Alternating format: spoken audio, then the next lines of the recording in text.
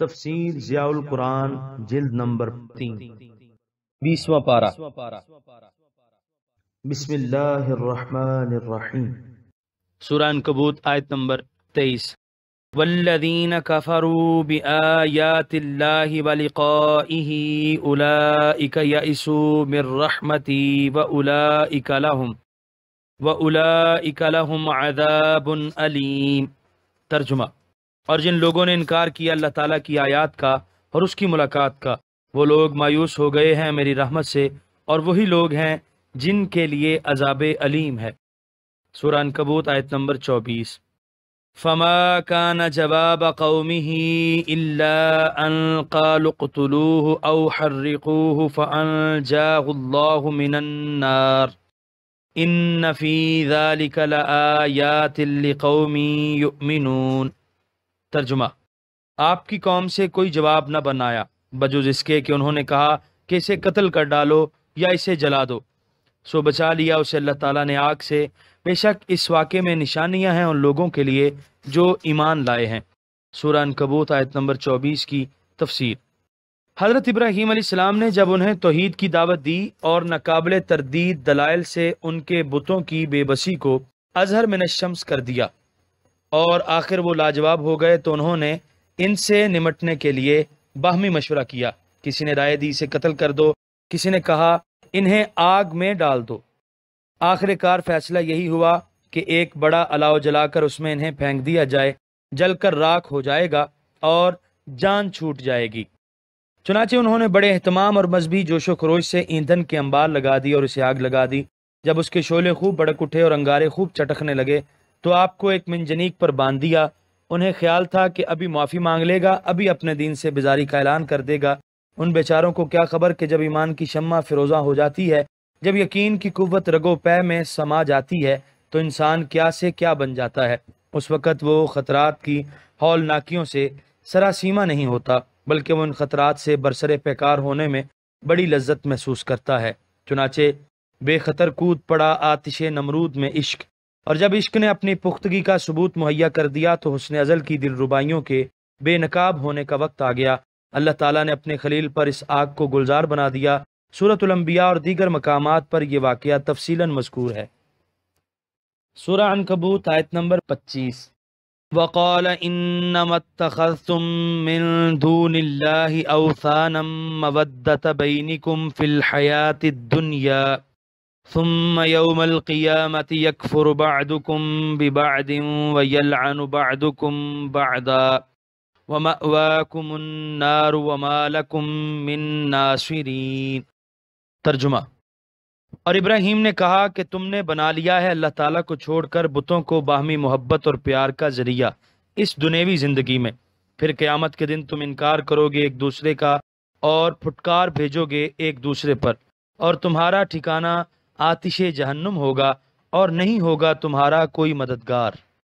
سورہ عنکبوت آیت نمبر 25 کی تفسیر۔ حضرت ابراہیم علیہ السلام نے فرمایا کہ آج تو تم ان بتوں کے پجاری ہونے کی وجہ سے ایک دوسرے کے ساتھ بڑی محبت اور پیار کا مظاہرہ کر رہے ہو، اور کفر و شرک کے پرچم تلے جمع ہو کر تم نے میرے خلاف ایک متحدہ محاذ قائم کر لیا ہے، لیکن قیامت کے روز تمہیں اس محبت اور دوستی کا انجام معلوم ہوگا۔ اس وقت تمہاری حالت دیدنی ہوگی، تم ایک دوسرے کو پہچانو گے بھی نہیں، ایک دوسرے پر پھٹکار بھیجو گے، ہر شخص دوسرے کو اس بدبختی اور عذاب علیم میں مبتلا کرنے کا ذمہ دار ٹھہرائے گا۔ اس دن تم اپنے آپ کو بری و ذمہ ثابت کرنے کے لیے بڑا شور مچاؤ گے، لیکن تمہاری فریاد سنی نہیں جائے گی، اور تم سب کو ایک ساتھ دھکا دے کر آتش جہنم میں پھینک دیا جائے گا، اور تم میں سے کوئی بھی کسی کی اعانت نہیں کر سکے گا۔ سورہ عنکبوت آیت نمبر 26۔ فآمن له لوط وقال انی مہاجر الی ربی انہ هو العزیز الحکیم۔ ترجمہ۔ تو ایمان لائے ان پر لوط، اور ابراہیم علیہ السلام نے کہا میں ہجرت کرنے والا ہوں اپنے رب کی طرف، بے شک وہی سب پر غالب بڑا دانا ہے۔ سورہ عنکبوت آیت نمبر 26 کی تفسیر۔ جب حضرت ابراہیم علیہ السلام آتش نمرود سے صحیح سلامت نکل آئے تو آپ نے پھر تبلیغ کا کام شروع کر دیا اور ان لوگوں کو اللہ تعالیٰ کی توحید پر ایمان لانے کی دعوت دی۔ اتنا عظیم الشان معجزہ دیکھنے کے باوجود بھی انہیں حضرت ابراہیم علیہ السلام پر ایمان لانے کی توفیق نہ ہوئی۔ پہلے کی طرح اپنے کفر و شرک پر ڈٹے رہے۔ ساری قوم میں ایک لوط ایسے شخص تھے جنہوں نے آپ کی صداقت کو تسلیم کیا اور آپ کی دعوت کو قبول کیا۔ اس سے یہ نہ سمجھا جائے کہ حضرت لوط پہلے نعوذ باللہ اپنی قوم کی طرح شرک کے مرتکب رہے اور اب اس سے تائب ہو کر اللہ تعالیٰ کی توحید کے قائل ہوئے، کیونکہ آپ کو آگے چل کر شرف نبوت سے نوازا جانے والا تھا، اور ہر نبی نبوت سے پہلے بھی کفر و شرک اور قبائح اور رذائل سے پاک ہوتا ہے۔ اس لیے علامہ آلوسی لکھتے ہیں، اس آیت سے صرف یہ بتانا مقصود ہے کہ اس قوم سے صرف لوط علیہ السلام آپ پر ایمان لائے اور آپ کے سوا کسی دوسرے کو یہ سعادت نصیب نہ ہوئی۔ جب آپ اپنی قوم سے مایوس ہو گئے اور ان کے ایمان لانے کی کوئی توقع نہ رہی تو آپ نے اپنے وطن سے ہجرت کا عزم کر لیا، کیونکہ وہ زمین اتنی سنگلاخ تھی کہ وہاں ایمان کا درخت بارآور نہیں ہو سکتا تھا، اس لیے وہاں مزید وقت صرف کرنا مناسب نہ تھا۔ آپ اپنے شہر کوسا سے ہجرت کر کے پہلے حران آئے، وہاں سے چل کر شام میں اقامت اختیار کی۔ اس سفر میں آپ کی اہلیہ حضرت سارہ اور آپ کے بھتیجے حضرت لوط علیہ السلام ہمراہ تھے۔ سورہ عنکبوت آیت نمبر 27۔ وَوَهَبْنَا لَهُ إِسْحَاقَ وَيَعْقُوبَ وَجَعَلْنَا فِي ذُرِّيَّتِهِ النُّبُوَّةَ وَالْكِتَابَ وَآتَيْنَاهُ أَجْرَهُ فِي الدُّنْيَا وَإِنَّهُ فِي الْآخِرَةِ لَمِنَ الصَّالِحِينَ۔ ترجمہ: اور ہم نے عطا فرمایا آپ کو اسحاق جیسا فرزند اور یعقوب جیسا پوتا، اور ہم نے رکھ دی ان کی اولاد میں نبوت اور کتاب، اور ہم نے دیا ان کو ان کی جانثاری کا اجر اس دنیا میں، اور بلا شبہ وہ آخرت میں صالحین کے زمرے میں ہوں گے۔ سورہ عنکبوت آیت نمبر 27 کی تفسیر۔ یہاں تک تو حضرت ابراہیم علیہ السلام کی شان بندگی کا بیان تھا کہ آپ نے اپنے رب کریم کے نام کو بلند کرنے کے لیے، اس کے پیغام کو عام کرنے کے لیے کن کن مشکلات کا مسکراتے ہوئے مقابلہ کیا، ساری قوم کی دشمنی مول لی، حکومت کی نگاہوں میں معتوب بلکہ باغی قرار پائے، آگ میں پھینکے گئے اور آخر کار اپنے وطن کو بھی چھوڑ دیا۔ شان بندگی کے ذکر کے بعد اب ارحم الراحمین اپنی شان بندہ نوازی کا ذکر فرما رہے ہیں کہ جب ابراہیم علیہ السلام نے مجبور اور ضعیف ہونے کے باوجود اپنی بندگی کا ایسا شاندار مظاہرہ کیا تو ہم جو قادر اور توانا بھی ہیں اور غنی و کریم بھی، ہم نے اس کے ساتھ کیا برتاؤ کیا؟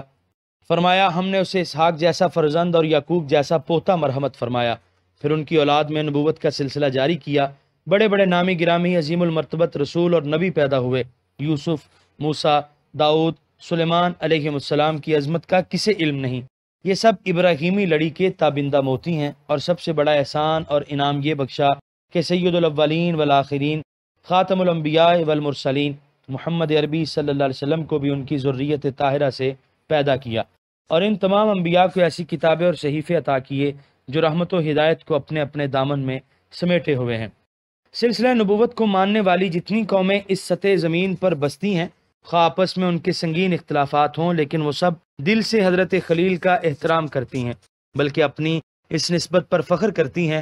پھر بزم کونین کی صدر نشینی کی عزت جب سے نبی مکرم صلی اللہ علیہ وسلم کو ارزانی ہوئی ہے، عظمت ابراہیمی کو 4 چاند لگ گئے ہیں۔ ان کے اس دین کا احیاء ہوا جس کو آپ کے ماننے والوں اور آپ کے ہم قوموں نے فراموش بلکہ مٹا کر رکھ دیا تھا۔ آپ کا بنایا ہوا کعبہ پھر آباد ہوا، حرم کی اداس فضا نغمہائے توحید سے پھر گونجنے لگی۔ جہاں بھی اسلام کا کوئی فرزند موجود ہے، اس کی زبان خلیل اور آل خلیل پر درود و سلام کے تحائف بھیجتی ہی رہتی ہے، بلکہ نماز ختم کرنے سے پہلے ہر مسلمان اپنے نبی مکرم اور آپ کی آل محتشم پر درود و سلام پڑھنے کے ساتھ ساتھ وہ حضرت ابراہیم علیہ السلام اور آل ابراہیم پر درود و سلام پڑھتا ہے۔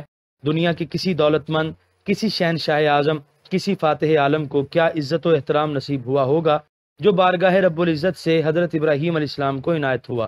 یہ انعام تو وہ ہے جو اس دنیا میں آپ کو مرحمت فرمایا گیا، اور آخرت میں جو ملنے والا ہے اس کا تو تصور کرنا بھی ہمارے لیے ممکن نہیں۔ وہ تھی شان بندگی اور یہ ہے شان بندہ نوازی۔ دونوں کا حسن اور دونوں کا بانک پن اہل دل کے لیے حشر برپا کر رہا ہے۔ فقط یہاں ہی نہیں، جہاں بھی بندے نے اپنی بندگی کا حق ادا کرنے کی کوشش کی، اس کے معبود برحق نے اپنی شان بندہ نوازی کی پھول نچھاور کرنے میں پوری فیاضی دکھائی۔ ہمیں اپنے محبوب نے جس خدا کی وحدانیت کا توق زیب گلو کرنے کی دعوت دی، جس کی کبریائی اور عظمت کے گیت گانے کا حکم دیا، وہ تو یہ خدا ہے جس کی شان بندہ نوازی کا یہ عالم ہے جو تشنہ لب آیا سیراب کر دیا گیا، جو خالی دامن حاضر ہوا مالا مال ہو کر لوٹا، اور جس نے اس کی محبت کا جام ہونٹوں سے لگایا، اس کے لیے حریم ناز کے دروازے کھول دیے گئے، اور اس کی چشم مشتاق اور دل بےتاب کو اس کی استعداد اور ہمت کے مطابق اپنے جلووں کا دیدار کرا دیا۔ ہم تو ایسے خدا کے بندے ہیں۔ سورہ عنکبوت آیت نمبر 28۔ وَلُوطًا إِذْ قَالَ لِقَوْمِهِ إِنَّكُمْ لَتَأْتُونَ الْفَاحِشَةَ مَا سَبَقَكُمْ بِهَا مِنْ أَحَدٍ مِنَ الْعَالَمِينَ۔ ترجمہ: اور ہم نے لوط کو رسول بنا کر بھیجا جب انہوں نے اپنی قوم سے کہا، تم ایسی بے حیائی کا ارتکاب کرتے ہو کہ نہیں پہل کی تم سے اس بے حیائی کی طرف کسی قوم نے دنیا بھر میں۔ سورہ عنکبوت آیت نمبر 28 کی تفسیر۔ حضرت لوط علیہ السلام کو جس نابکار اور ذلیل قوم سے واسطہ پڑا، وہ صرف بدکار اور فاسق و فاجر ہی نہ تھے، بلکہ فسق و فجور کی گھناؤنی صورتوں کے موجد بھی تھے۔ گناہ کی جس پستی میں ان کے پیش روؤں کو جھانکنے کی ہمت بھی نہ ہوئی تھی، وہ ان پستیوں میں بھی گر چکے تھے۔ خلاف وضع فطرت کام کیا کرتے، وہ بھی پس پردہ اور چھپ کر نہیں، بلکہ برسر مجلس، دن کی روشنی میں اور تمام حاضرین کی آنکھوں کے سامنے۔ اس کے علاوہ راہزنی اور قزاقی بھی ان کا پیشہ تھا۔ راستے میں اگر کوئی مسافر مل گیا، اسے لوٹ لیا، اس کے کپڑے تک بھی اتار لیے۔ اگر کوئی مہمان ان کے ہاں آ کر ٹھہرتا تو صبح کو اس کا سامان گم ہو چکا ہوتا۔ مہمان کی جوتیاں تک چرانا بھی ان کے نزدیک معیوب نہ تھا۔ سورہ عنکبوت آیت نمبر 29۔ أَإِنَّكُمْ لَتَأْتُونَ الرِّجَالَ وَتَقْطَعُونَ السَّبِيلَ وَتَأْتُونَ فِي نَادِيكُمُ الْمُنكَرَ فَمَا كَانَ جَوَابَ قَوْمِهِ إِلَّا أَن قَالُوا ائْتِنَا بِعَذَابِ اللَّهِ إِن كُنتَ مِنَ الصَّادِقِينَ۔ ترجمہ: کیا تم بدفعلی کرتے ہو مردوں کے ساتھ اور ڈاکے ڈالتے ہو عام راستوں پر اور اپنی کھلی مجلسوں میں گناہ کرتے ہو؟ تو نہیں تھا کوئی جواب آپ کی قوم کے پاس بجز اس کے کہ انہوں نے کہا، اے لوط، لے آؤ ہم پر اللہ کا عذاب اگر تم اپنے دعوے میں سچے ہو۔ سورہ عنکبوت آیت نمبر 29 کی تفسیر۔ نادی کا معنی ہے محفل، مجلس، یعنی جس چیز کا نام شرم و حیا ہے وہ عرصے سے ان کے ہاں سے رخصت ہو چکی تھی، بلکہ انہوں نے خود اسے دھکے مار مار کر اپنے ہاں سے نکال دیا تھا۔ فحش گفتگو، قمار بازی، راہ گیروں سے ٹھٹھا مذاق، ان پر کینکریاں پھینکنا اور پھر ہنستے ہنستے لوٹ پوٹ ہو جانا۔ غرض یہ کہ ہر گھٹیا سے گھٹیا اور کمینے سے کمینہ فعل وہ اپنی بیٹھکوں اور عام محفلوں میں کرتے اور اس پر اتراتے اور فخر کرتے۔ حضرت لوط علیہ السلام نے ان کو ان پستیوں سے نکالنے کے لیے بڑے جتن کیے، انہیں ہر طرح سمجھایا، انہیں انسانیت کا واسطہ دیا، آخر انہیں عذاب الہی سے ڈرایا، لیکن سب بے سود، کیونکہ انہیں یقین تھا کہ لوط خشک ملا ہے، سب کچھ اپنی طرف سے کہہ رہا ہے، قیامت نہ اب تک آئی ہے اور نہ آئندہ آئے گی۔ اس لیے انہوں نے آپ کو چیلنج دے دیا کہ تم ہم پر یوں ہی روب گانٹ رہے ہو، اگر تمہاری ان دھمکیوں میں کچھ سچائی ہے تو انتظار کیوں کر رہے ہو؟ لے آؤ اس عذاب کو جس کے بار بار کے ذکر سے تو نے ہمارا ناک میں دم کیا ہوا ہے۔ سورہ عنکبوت آیت نمبر 30۔ قال رب انصرنی علی القوم المفسدین۔ ترجمہ: آپ نے عرض کی، میرے مالک مدد فرما میری ان فسادی لوگوں کے مقابلے میں۔ سورہ عنکبوت آیت نمبر 30 کی تفسیر۔ آخر ان کے مظالم سے تنگ آ کر اور ان کی اصلاح سے مایوس ہو کر آپ نے بارگاہ الہی میں یہ دعا کی۔ یہاں پر 20ویں پارے کا 15واں رکوع مکمل ہوا۔ آپ دیکھ رہے ہیں PATF Islamic info YouTube channel. مزید اسلامک ویڈیوز کے لیے ہمارا چینل سبسکرائب کریں۔